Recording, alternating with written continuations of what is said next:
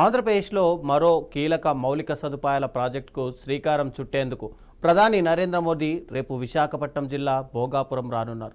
అత్యాధునిక సౌకర్యాలతో నిర్మించిన భోగాపురం అంతర్జాతీయ విమానాశ్రయాన్ని ప్రధాని నరేంద్ర మోదీ ప్రారంభించనున్నారు. ఈ కార్యక్రమానికి రాష్ట్ర ముఖ్యమంత్రి నారా చంద్రబాబు నాయుడు, ఉప ముఖ్యమంత్రి పవన్ కళ్యాణ్తో పాటు పలువురు కేంద్ర రాష్ట్ర మంత్రులు హాజరు కానున్నారు. ఇక ప్రధాని పర్యటన నేపథ్యంలో అధికారులు అన్ని ఏర్పాట్లు పూర్తి చేసి భద్రతను కట్టుదిట్టం చేశారు. భోగాపురం విమానాశ్రయం ప్రారంభంతో ఉత్తరాంధ్ర అభివృద్ధికి కొత్త ఊపు వస్తుందని ప్రభుత్వం భావిస్తోంది.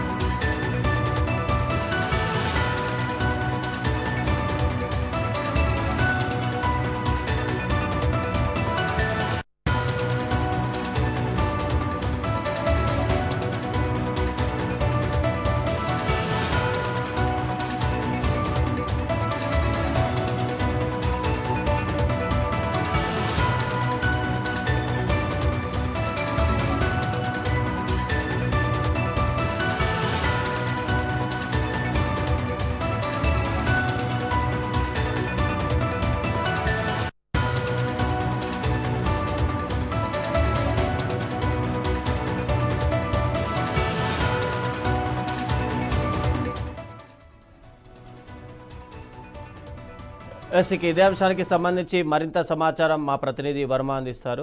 వర్మ, చెప్పండి, ఆంధ్రప్రదేశ్ వాసుల చిరకాల కోరిక, చిరకాల కళ అనుకోవచ్చు. చాలా రోజుల తర్వాత ఆంధ్రప్రదేశ్కి ఒక అంతర్జాతీయ విమానాశ్రయం వస్తుంది. దీనిపైన అక్కడ ప్రజలు ఏమంటున్నారు, అటు అధికార ప్రతిపక్షాలు ఏమైనా దీనిపైన మాట్లాడాయి? అసలు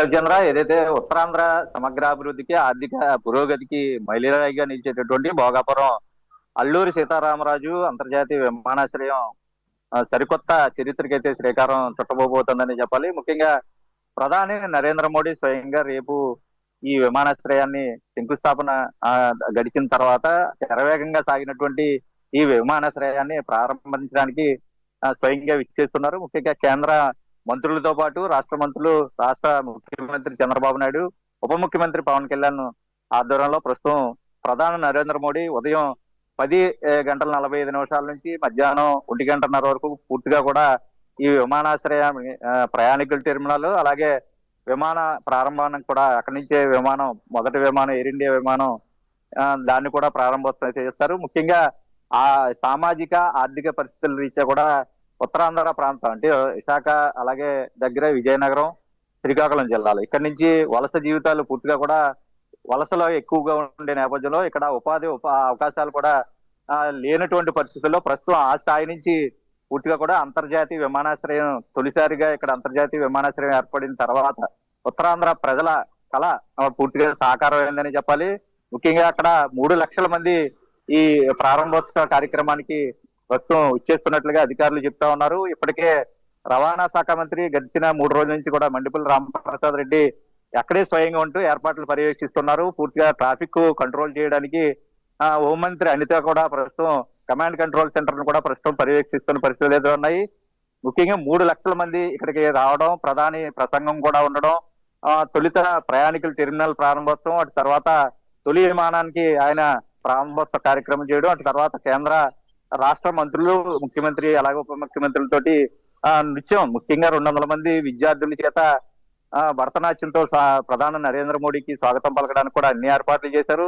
పెద్ద ఎత్తున భారీ వర్షం కురిసినా సరే ఎటువంటి ఆటంకం లేకుండా సజావుగా ఈ సభా కార్యక్రమం కొనసాగేందుకు కూడా భారీ ఎత్తున ఫ్లడ్ లైట్ల నడుమ పూర్తి స్థాయిలో ఒకవేళ భారీ వర్షం కురిసినా సరే ఎటువంటి ఇబ్బందులు లేని పరిస్థితుల్లో ఈ కార్యక్రమం సజావుగా సాగేటందుకు కూడా అన్ని ఏర్పాట్లు అయితే చేశారు. ముఖ్యంగా ఆ ప్రాంతంలో ఏదైతే మన్యం జిల్లాకు సంబంధించినంత వరకు కూడా దింసా డ్యాన్స్ ఎంతో ప్రాచుర్యం పొందిందో ఆ డ్యాన్స్ చేయడానికి కూడా అక్కడ 1000 మంది పైబడి మహిళలతోటి ఆ దింసా డ్యాన్స్ ప్రదర్శన కూడా ఉండబోతోంది. ప్రయాణికులతో స్వయంగా అక్కడ వచ్చినటువంటి తొలిసారి ప్రయాణం చేసేటటువంటి ప్రయాణికులతో నరేంద్ర మోడీ మాట్లాడతారు. అక్కడ ప్రారంభోత్సవ కార్యక్రమాల తర్వాత పూర్తి స్థాయిలో తిరిగి మళ్ళీ ఆయన ఢిల్లీ వెళ్లే ప్రయత్నం చేస్తారు. అయితే పూర్తిగా కూడా ఈ కార్యక్రమాన్ని ఎంతో ప్రతిష్టాత్మకంగా తీసుకునే రాష్ట్ర ప్రభుత్వం పూర్తిగా కూడా ఇక్కడ నుంచి ఎవరైతే కార్మికులైతేనో విద్యార్థులైతేనో పూర్తిగా కూడా యువత ఎక్కువగా వలస వెళ్లే పరిస్థితులు గడిచిన చాలా సంవత్సరాల నుంచి కొనసాగుతున్న నేపథ్యంలో ఆ యువత ఆ వలసలను నివారించడమే ప్రధాన లక్ష్యంగా ప్రధానంగా ఈ అంతర్జాతీయ విమానాశ్రయం ఏర్పాటు చేయడం జరిగింది. ముఖ్యంగా 25,000 మెట్రిక్ టన్నుల సామర్థ్యం కలిగినటువంటి ఏంటి డొమెస్టిక్ సర్వీసెస్ కూడా ప్రస్తుతం ఇక్కడ టెర్మినల్ ప్రారంభించబడింది. ఆ ఆక్వా హార్టికల్చర్ కి సంబంధించి ఉత్పత్తులు ఏవైతే ఉన్నాయో వాటిని అన్నింటినీ ఎగుమతి చేయడమే లక్ష్యంగా ప్రస్తుతం ఇక్కడ ఈ కార్గో టెర్మినల్ కూడా ఏర్పాటు చేయడం జరిగింది. అయితే మిరుమిట్లు గొలిపే కాంతితోటి ప్రస్తుతం ఈ నిర్మాణం ఏదైతే అంతర్జాతీయ విమానాశ్రయం కూడా ఇప్పుడే కాంతులీతున్న పరిస్థితులు అయితే ఉన్నాయి. పూర్తిగా కూడా ఈ ప్రారంభోత్సవానికి స్వయంగా గతంలో వచ్చేలుగా ప్రారంభించడానికి రాష్ట్ర ప్రభుత్వం అన్ని ప్రయత్నాలు చేసినా ఇది స్వయంగా ప్రధాని చేతుల మీదుగానే ప్రారంభోత్సవం చేయాలని తర్వాత ఆయన ఇతర దేశాల పర్యటన ఉన్న నేపథ్యంలో వాయిదా పడిన పరిస్థితుల్లో ప్రస్తుతం ఇక్కడ ఉన్నటువంటి పరిస్థితులు ముఖ్యంగా ఈ సభా ప్రాంగణంలో 50 ఎల్ఈడీలు కూడా ఏర్పాటు చేసినటువంటి పరిస్థితి ఉంది. ఎందుకంటే 3 లక్షల మంది పైబడి జనాలు ఇక్కడికి రావడం ఈ ప్రధాని స్వయంగా ప్రారంభోత్సవ కార్యక్రమాన్ని వీక్షించాలని అక్కడ ఉన్నటువంటి ప్రజలు కోరుకోవడంతో పూర్తిగా కూడా రవాణా శాఖ మంత్రి కూడా దీనికి తగిన ఏర్పాట్లు కూడా చేశారు. సమాచార శాఖ మంత్రి కొలిసి పాదసారథి కూడా ప్రస్తుతం అక్కడ పర్యటిస్తున్న పరిస్థితి ఉంది. సమీపంలో ఉన్న ఎమ్మెల్యేలు అందరూ కూడా అక్కడ భోజన వసతులు కూడా ఏర్పాటు చేశారు. వచ్చే వాళ్ళకి ఎటువంటి ట్రాఫిక్ అంతరాయాలు కూడా కలగకుండా ఏర్పాట్లు చేసినటువంటి పరిస్థితి అయితే ఉంది. అయితే ఉత్తరాంధ్ర జిల్లాలకి ఇది ఒక వరం అనేది చెప్పాలి. ముఖ్యంగా కూడా స్వయంగా కేంద్రంలో ఉన్నటువంటి మంత్రి రామ్మోహన్ నాయుడు చొరవతోటి. ఎందుకంటే 2014 ప్రభుత్వం తర్వాత టీడీపీ ఇక్కడ ఈ భూములను ఎక్వైరీ చేసింది, అనుమతులు ఇచ్చింది, టెండర్లు పిలిచింది, పనులు కూడా చేసాయి. ఇవన్నీ టీడీపీ హయాంలోనే జరిగాయి. ఈ రోజు రేపు పూర్తిగా కూడా ఈ ప్రారంభోత్సవం చేయబోతుంది కూడా టీడీపీ అధికారంలో ఉన్న నేపథ్యంలో. అయితే ఇక్కడ ఉన్నటువంటి ఒకప్పుడు గడిచిన 5 సంవత్సరాల్లోని జగన్ ఎర్రబస్సు కూడా వెళ్ళినటువంటి ఈ ప్రాంతానికి ఎయిర్పోర్ట్ అంటూ కూడా అపహాస్యం చేసి 5 సంవత్సరాలు పూర్తిగా కూడా దీన్ని విస్మరించిన పరిస్థితుల్లో ప్రస్తుతం కూటమి ప్రభుత్వం అధికారంలో వచ్చిన తర్వాత 2 సంవత్సరాల్లోనే దీన్ని శరవేగంగా పనులు పూర్తి చేసి వచ్చే నెల అంటే రేపు 1వ తేదీ ప్రారంభోత్సవం తర్వాత 17వ తేదీ నుంచి నిర్విరాంగా విమాన ప్రయాణాలు అయితే జరిగేటట్లు అయితే చేస్తున్నారు. రేపు ప్రారంభోత్సవం తర్వాత 15 రోజుల తర్వాత యథావిధిగా ప్రస్తుతం ఈ విమాన సర్వీసులు అన్నవి అన్ని సంస్థలు కూడా ప్రారంభిస్తున్నట్టు ఇప్పటికే ప్రకటించాయి. ఎయిర్ ఇండియా కూడా అటు ముంబై అలాగే ఢిల్లీ, విజయవాడ, రాజమండ్రి కూడా సర్వీసులు తిప్పుతామని కూడా తాజాగా కొద్దిసేపటి క్రితమే ప్రకటన చేసింది. అలాగే జెట్ ఎయిర్వేస్ కూడా పూర్తి స్థాయిలో ఇక్కడి నుంచే విమాన సర్వీసులను ప్రారంభిస్తే ఇతర దేశాల నుంచి కూడా తొలుత 16వ తేదీ ఏదైతే సింగపూర్ నుంచి బయలుదేరి 17వ తేదీన ఇక్కడ సింగపూర్ తొలి ఫ్లైట్ అయితే ల్యాండ్ అవుతుంది. ఆ తర్వాత 17 ఇక్కడి నుంచి బయలుదేరి మళ్ళీ సింగపూర్ వెళ్ళడానికి తొలి ఫ్లైట్ మళ్ళీ ప్రయాణాలు సాగించేది తొలి ఫ్లైట్ అయితే సింగపూర్ నుంచి ఏపీకి అయితే రానుంది. అయితే ఇక్కడ ఉద్యోగ ఉపాధి అవకాశాలు మెండుగా వస్తాయి. ఇక్కడ ఉన్నటువంటి చాలా మందికి ప్రత్యక్షంగానే పరోక్షంగా కూడా దీని మీద లక్షలాది మంది తమ జీవనోపాధి పొందేటటువంటి అవకాశాలు కూడా కనబడుతున్నాయి. అయితే ముఖ్యంగా విశాఖ ఐటీ గిల్ ఏర్పాటు చేసిన తర్వాత పూర్తి స్థాయిలో తొలిసారిగా ఇంత పెద్ద ప్రాజెక్టు దేశంలో కూడా అత్యున్నత ప్రమాణాలు కలిగినటువంటి అంతర్జాతీయ విమానాశ్రయం రావడంతో ఇక్కడ యువత ముఖ్యంగా ఇంకా వలసలు పూర్తిగా కూడా కట్టడి చేసినట్లే మనం భావించాలి. అయితే రాజకీయంగా వైసీపీ ప్రభుత్వానికి సంబంధించి నిన్న జగన్ కూడా ఈ ప్రధాని నరేంద్ర మోడీ రేపు వస్తున్నారని తెలిసి ఇప్పటికే ఏదైతే తన కుమారుడు చేసినటువంటి యాక్సిడెంట్ కేసుకి సంబంధించి జైల్లో ఉన్నటువంటి సబ్ జైల్లో ఉన్నటువంటి మాజీ మంత్రి సీదిరి అప్పలరాజును పలకరిస్తానంటూ ములాఖత్ అవుతానంటూ కూడా నిన్నటి రోజు జగన్ కూడా 120 కిలోమీటర్ల ప్రయాణాన్ని పూర్తిగా కూడా 6:30 గంటలు ప్రయాణించి కొంత హడావుడి వాతావరణం కూడా సృష్టించడానికి ప్రయత్నం చేశారు. అయితే అక్కడికి వెళ్ళినా సరే తాను కలవాలనుకున్న మాజీ మంత్రి సీదిరి అప్పలరాజును కూడా కలవకుండానే తిరిగినటువంటి పరిస్థితులు ఉన్నాయి. విశాఖపట్నం నుంచి శ్రీకాకుళం వెళ్ళడానికి 6 గంటల సమయం తీసుకుని అక్కడ ఈ డైవర్షన్ పాలిటిక్స్ చేయడానికి కూడా వైసీపీ ప్రయత్నం అయితే చేసింది. అయితే ఎవరు ఎంత కడుపు మంటతో ఎన్ని విమర్శలు చేసినా సరే తమ ముఖ్యమంత్రి చంద్రబాబు విజన్ ముందు అవన్నీ తుడిచిపెట్టిపోతాయంటూ కూడా రాష్ట్ర మంత్రులు అందరూ కూడా ఒకవైపు విమర్శిస్తున్న పరిస్థితులు అయితే ఉన్నాయి. ఏదైతే రాష్ట్ర పురోభివృద్ధికి కృషి చేస్తున్నటువంటి కూటమి ప్రభుత్వాన్ని స్వాగతించడం మానేసి ఈ కుళ్ళు కుతంత్రాలతో రాజకీయాలు చేయడం అన్నది తగదు అంటూ కూడా వాళ్ళు హెచ్చరిస్తున్న పరిస్థితులు అయితే ఉన్నాయి. ఏదేమైనా రాజకీయాలకు అతీతంగా పూర్తి స్థాయిలో ఆ ప్రాంత అభివృద్ధి ప్రస్తుతం కళ్ళెదుట కనబడుతోంది.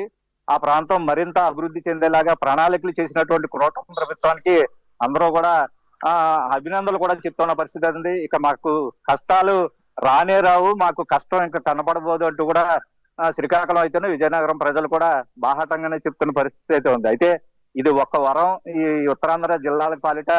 ఇది ఒక ముఖ్యంగా కూడా తమ బతుకులు మార్చేటటువంటి ఒక శ్రీకారం చుట్టినటువంటి పరిస్థితుల్లో ప్రస్తుతం సరికొత్త చరిత్ర రాయబోతోంది ఉత్తరాంధ్ర అంటూ కూడా. ఆర్థికంగా అభివృద్ధి చెందుతుంది, ఉద్యోగ ఉపాధి అవకాశాలు కూడా మెండుగా ఉంటాయి కాబట్టి ఇక శరవేగంగా అభివృద్ధి చెందే అవకాశం ఎక్కువగా కనపడతా ఉంది రవిచంద్ర. ఎస్, మరోవైపు ఇంకొక సాడ్ న్యూస్ కూడా తెలుస్తుంది. అంటే చాలామంది బాధపడేది ఏంటంటే దాదాపు 5-6 దశాబ్దాలుగా విశాఖపట్నం ఎయిర్పోర్టు అటు అందరికీ గమ్యస్థానాలకు చేర్చిన ఎయిర్పోర్ట్, అది కూడా ఆగస్టు 16వ తేదీన పూర్తిగా మూసేస్తున్నట్టుగా తెలుస్తుంది. అయితే దీనిపైన అక్కడ లోకల్ ఉత్తరాంధ్రకు సంబంధించిన నాయకులు ఎవరైనా స్పందించారా? అంటే ముఖ్యంగా దీన్ని అంతర్జాతీయ ప్రమాణాలతో రూపొందించినటువంటి ఇది పూర్తిగా కూడా ఉత్తరాంధ్ర జిల్లాల అభివృద్ధి కోసం ప్రత్యేక నిర్ణయం తీసుకుంది గతంలో టీడీపీ ప్రభుత్వంలో ఉన్న అప్పుడు హయాంలోనే. అయితే ఇప్పుడున్నటువంటి విశాఖపట్నం ఎయిర్పోర్ట్ కి సంబంధించి అది నేవీ వాళ్ళు పూర్తిగా కూడా వాడుకునే వీలుంది. ఎందుకంటే ఇప్పటికీ నేవీ వాడుకుంటున్న పరిస్థితి ఏదైతే విమానాశ్రయంలో వాళ్ళు ప్రత్యేకించి వాళ్ళు రన్వే సెపరేట్ గా ఇటు గాజువాక కొండ ప్రాంతంలో వెనుక ఉన్న నేపథ్యంలో పూర్తిగా కూడా ఇక్కడ ఉన్నటువంటి రన్వే గతంలో ఉన్నది కాబట్టి ఇక్కడ నుంచి కార్గో సర్వీసులు కూడా కొనసాగిస్తూ, అంటే విమాన సర్వీసులు ప్రయాణికులు వెళ్ళేటటువంటి పరిస్థితులు అయితే ఇప్పుడు ఉన్నటువంటి విమానాశ్రయంలో ఉండవు. ఇక మీదట దానికి అనుగుణంగానే ఇప్పుడు అత్యంత భద్రతా ప్రమాణాలతో కూడినటువంటి అంతర్జాతీయ విమానాశ్రయం నుంచి పడతాయి. అయితే నేవీ బేస్ పూర్తిగా కూడా ఇక్కడి నుంచే తమ రాకపోకలు చేస్తుంది. వాటికి ప్రత్యేకించి విమానాలు సర్వీసులు కూడా నేవీ వాళ్ళకి ఉంటాయి కాబట్టి ముఖ్యంగా వాళ్ళకి ఇది నేవీకి అనుకున్నటువంటి ఆఫీసులకు కానీ వాటన్నిటికి వెళ్లేందుకు కూడా ఇది చాలా అనుగుణంగా ఉంటుంది. కార్గో సర్వీసులు కొన్ని ఇక్కడ నుంచి కూడా నడిపే ప్రయత్నం చేస్తారు. అయితే 2 భాగాలుగా దీన్ని ప్రస్తుతం విడదీసి అయితే రన్నింగ్ లో పెడతారు కాబట్టి పూర్తిగా కూడా దాన్ని నష్టపోయేటట్టు అంశం అయితే ఏమీ లేదు. కానీ అయితే ఇంకా మెరుగైన సేవలతో మెరుగైన సర్వీసులతో పూర్తిగా కూడా ఎక్కువ కాలం వెళ్ళేటట్టు, ఎందుకంటే విశాఖపట్నం నుంచి భోగాపురం హైవే మీదుగా 27 కిలోమీటర్ల ఉన్న నేపథ్యంలో ఇది సుదూరం కాదు కాబట్టి ఆ కోణంలో ఎవరు దీనిపై విమర్శలు చేసే పరిస్థితులు అయితే ప్రస్తుతం ఎక్కడ కనిపించట్లేదు. Right Varma, thank you.